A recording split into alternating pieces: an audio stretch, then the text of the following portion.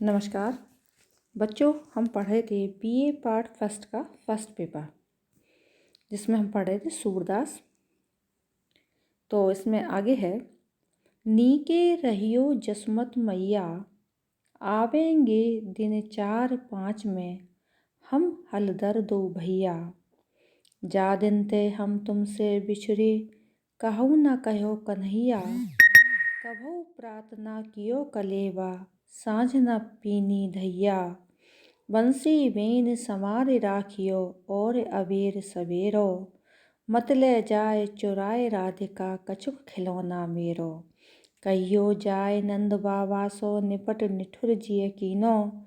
सूर्य श्याम पहुँचाए मधुपुर, बहुर संदेश न लीनो।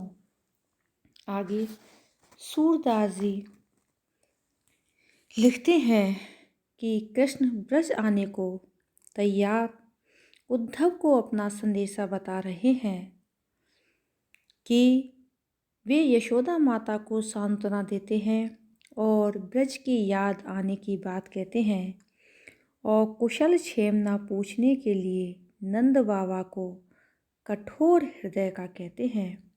कृष्ण कहते हैं कि नीके रहियो जसमत मैया। कृष्ण अपने संदेश में कहते हैं कि हे माँ यशोदा, प्रसन्न रहें, हमारी चिंता न करें।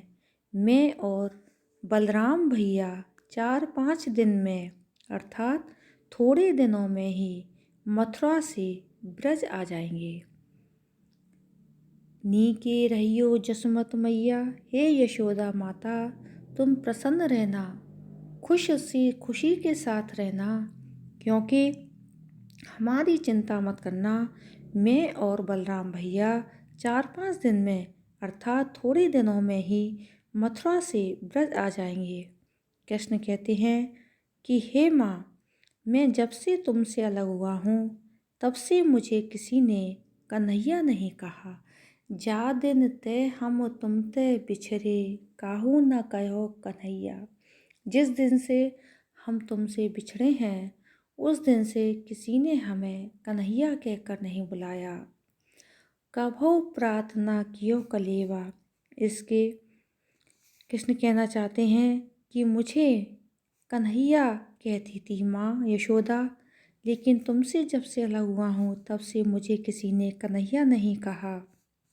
उसके इस संबोधन में बड़ी आत्मीयता थी।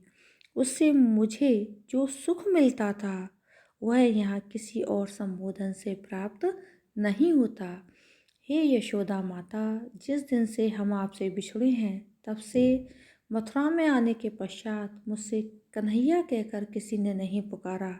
तुम्हारी आत्मीयता मेरे हृदय को और अत्यधिक दुखी कर देती है, व्याकुल कर देती है। कबहू प्रार्थना कियो कलेवा, साँझ न पीनी दैया। और इसके बाद माँ की किसी आत्मीयता और किस में हो सकती है।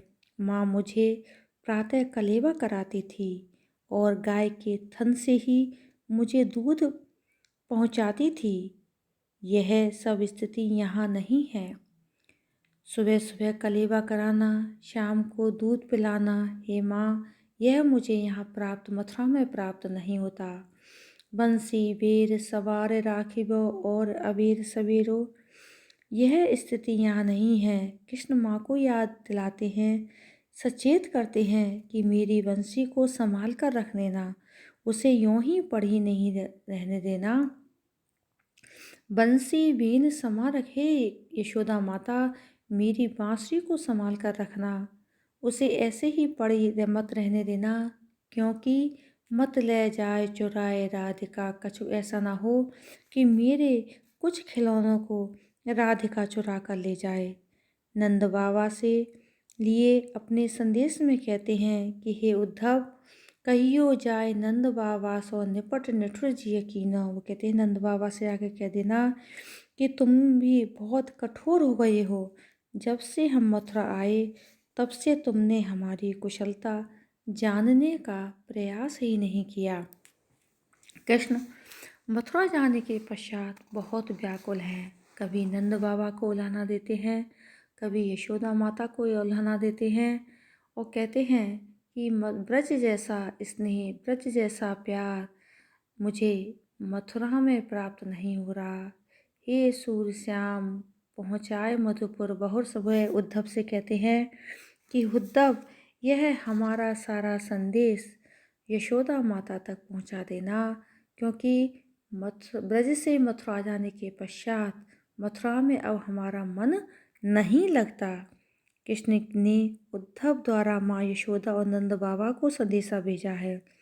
उन्होंने यह सोचकर कि माँ बहुत याद करती होगी, उसे सांत्वना देने का भी ध्यान रखा है और माँ के लिए अपने हृदय में उत्पन्न होने वाले समस्त भावों को उद्धव के द्वारा यशोदा माता तक पहुँचाने का प्रयास किया है।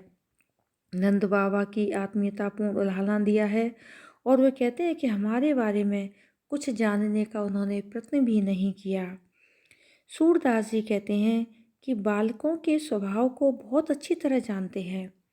सूर तभी तो कृष्ण से खिलौने की चिंता व्यक्त कराई है। कृष्ण तो स्वयं को माँ के लिए ही बालक ही मानते हैं। तभी तो कृष्ण कहते हैं कि मेरे मथुरा जाने के पश्चात मेरे जितने खिलौने हैं, मेरी बांसुरी है, उसको छुपा कर रख लेना, कहीं ऐसा ना हो कि राधा आकर उसे वहाँ से ले जाए। तो कृष्ण के बचपन की बातों को सूर जो वात्सल्य के प्रेमी हैं, सूर जो कृष्ण के बारे में सब कुछ जानते हैं, कृष्ण के